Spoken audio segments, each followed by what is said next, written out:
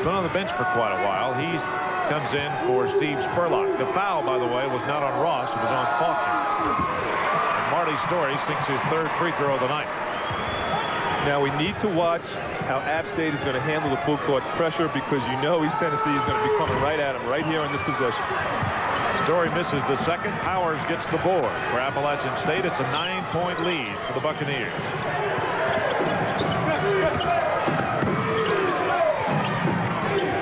Now watch the inside defense. Watch the low post defense. That's so important for East Tennessee to do. Jeff Williams roars past Jennings and Story for the easy layup. East Tennessee does take a lot of chances. They're very intense. They foul a lot. They do a lot of hand checking. They're also impatient defensively, like the old Georgetown teams, but they don't have the big stopper like a Patrick Ewing, so they have to make sure they play the weak side defense. The foul is on Ed Ward of Appalachian State, and that is his third foul. Let's take a look. Take a look at the pass, entry pass by Marty Story, and he just got there a little bit too late. Trezell Silvers will sit down. Marty Story sits down. Alvin West, Darrell Jones come back into the lineup. Rodney English is in, and Calvin Taufert, who played well despite the injury. This is really where you see the depth of East Tennessee State. You'll see Alan LaForce using that bench very nicely, substituting guys in the platoon system. He likes to do it usually 2 at a time. Someone asked him before the game with UT Chattanooga yesterday in the semifinals about, well, what if Taufert can't play? He said, well, we'll just put somebody else in, and he did. He started Rodney English, and they beat UTC by 33 points. Very, very talented team. A lot of these guys are coming back next year also. They're going to lose Keith Mr. Jennings, who I think is one of the premier point guards in the country, but it might not matter that much because they are doing a tremendous job recruiting, and they got a little kid by the name of Eric Palmer, who you will see that's the heir apparent to Mr. Jennings. And of course they have 6'11" All-American Greg Dennis coming back. It'll be a new look for East Tennessee next year. But Powers with a nice move. Tim Powers off the left hand. Great seal down move by Powers, keeping guys on his back. Didn't turn around too quickly for the jump hook. Gear misses the three. Powers gets the rebound. And one thing about East Tennessee State, they get off to a quick start a lot of times, but if teams can hang with them, they have a chance. And Parker makes it a 5-point game with that layup. That's right. If they have any problems, East Tennessee, is that they throw it up sometimes too quickly. Alan LaForce told me before the game he likes it when this team uses the clock a little bit, 15, 30 seconds, and then put the ball up. This is where they could run into some problems. Gear did not get the roll, and Appalachian State is on a roll. Ross missed it. Powers keeps it alive. It goes out of bounds off the hands of Tim Powers, and East Tennessee gets it back. But look how active Tim Powers is under the glass. He's got great seal down moves. He always keeps a guy. He always keeps the ball up on the glass, keeping it alive. It's one of the things Powers does very well. Jerry Pelfrey checks in for East Tennessee State. His brother John plays for Kentucky, who plays for your old coach, Rick Pitino, right? He's doing a great job for Coach Pitino. He's a great shooter, very versatile player. Jerry does a good job, too. He chases this one down in the backcourt. Jerry's what they call a blue-collar player. And you see the shot clock. This is the longest East Tennessee State has gone all night. Keith Jennings gets an open three and fills it up. That's his fourth. Somebody got lost, and Jennings buried it. But that's exactly what they have to do. They have to use the clock a little bit. They punched the ball down low. Jennings was wide open. Once they get that ball movement and keep the court spread wide, look at that court awareness by Jennings. The ball was trying to throw it off his legs. He kept it in bounds, looked up the court, and hit out in the west. You talk about a kid with great, great court vision. Keith Jennings, fabulous. You can't make plays like that against him. He's just too quick, too smart. Absolutely. You know, people ask me, who does he remind me of? And he's very hard to say because I think he reminds me, that's a nice little slam dunk. East Tennessee is going to have to do a better job on the inside low post defense. But getting back to my thought, Randy, Keith Jennings reminds me of a combination of Michael Adams and John Stockton. Take a look at the low post. Good pass down low. Good little dish. See, there was no one on the weak side sliding in to help out. That's what they got to work on. They got to work on the rotation defensively. Ted Valentine is at center court talking to Jennings and Spurlock. I don't know what about. Let's take a look.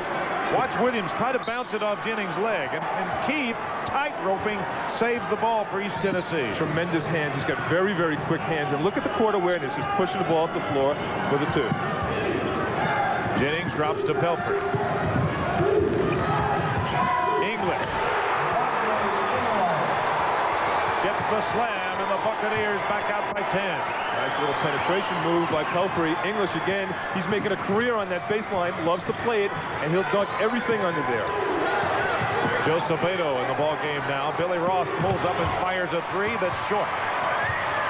They fight for it. The ball has been recovered by Appalachian State. And the ball goes back to Appalachian State. And, you know, we talked about how East Tennessee has to use the clock a little bit. Well, Appalachian State also has to get into their motion offense, and the objective to their offense is to look down low. I think they're throwing it up a little bit too quickly, too, Randy. Under the 6-minute mark in the first half, Keith Jennings has hit 4 3-point shots. He has 14 points on the night. Off the glass, too hard by Parker. Darrell Jones gets the rebound. Here come the Bucs. And look at the pressure that East Tennessee puts on you offensively. Over the top of the backboard and out of bounds. Out of bounds, Appalachian State And that gives the ball to Appalachian State with 5:42 to go in the first half. Most teams put pressure on you defensively. East Tennessee State, on made and missed baskets, will come right at you and be looking up the floor. They have guys that can run the 440 relay. It's like a track meet. Send guys on the wing, flying down the court, and when the ball's in Jennings' hands, he just kicks it to him. Sabeto drops to Spurlock, who's in trouble. Jump ball. This one goes to East Tennessee State. Great job by Rodney English and Darrell Jones. Now look at the hands straight up. You see the difference? When you put your hands down, that's when the officials will call a foul. If your fingers are facing the sky, it's a no-foul call. Great job by East Tennessee. Inside, English gets another layup. And East Tennessee State has its biggest lead now at 12. Rodney English again playing peekaboo on that baseline. Loves to use it. And as you can see, you can elevate, and he dunks everything. If he doesn't dunk, he'll just lay it right in with 2 hands over the rim. Boss drops to Powers.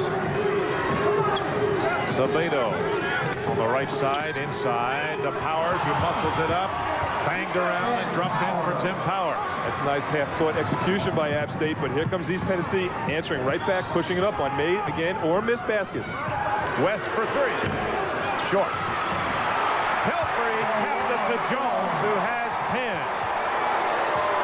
Great distribution by Pelfrey off the rebound. It was a rebound flick pass to Darrell Jones. Very smart play. He plays just like his brother over at Kentucky for Rick. 4:20 to go. 12-point lead for East Tennessee. Sabeto's going to be hit with a charge. Darrell Jones has missed the defense this game. He's doing a super job. Great job stepping in, taking the charge. Sabeto's got to make sure. Look how he turns his back as he comes in. Leaves his feet. There's the charge. Darrell Jones' feet were stationary. Good call by the officials. East Tennessee in control here in Asheville. Chris Fowler's in control in our studios. Let's go to Chris. Thanks, fellas. We'll get it right back down, too. But we want to drop in on an Atlantic 10 quarterfinal game. West Virginia and Temple, the number 7 against the number 2. It's a great ball game in the Buccaneers as he picks up his second personal, and Tim Powers will be at the line for the Mountaineers. Powers makes the first, and it's a 13-point ball game.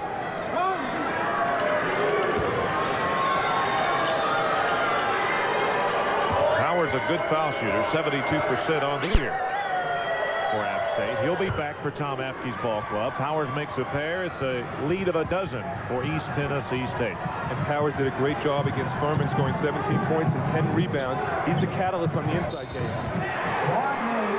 Count the bucket. The foul on Broderick Parker will be his 3rd. See, Rodney English is so effective because he moves. He plays the high post. He plays the baseline. They switched to a zone that time, and where Rodney English took that jump shot is the zone breaker, right by the elbow of the foul line. That's 3 on Parker. Jeff Williams will come in. Parker will sit down as we're under 3 minutes to go. Metro Atlantic Conference Championship Monday, one of 3 championships that'll be crowned as championship week continues. Monday night.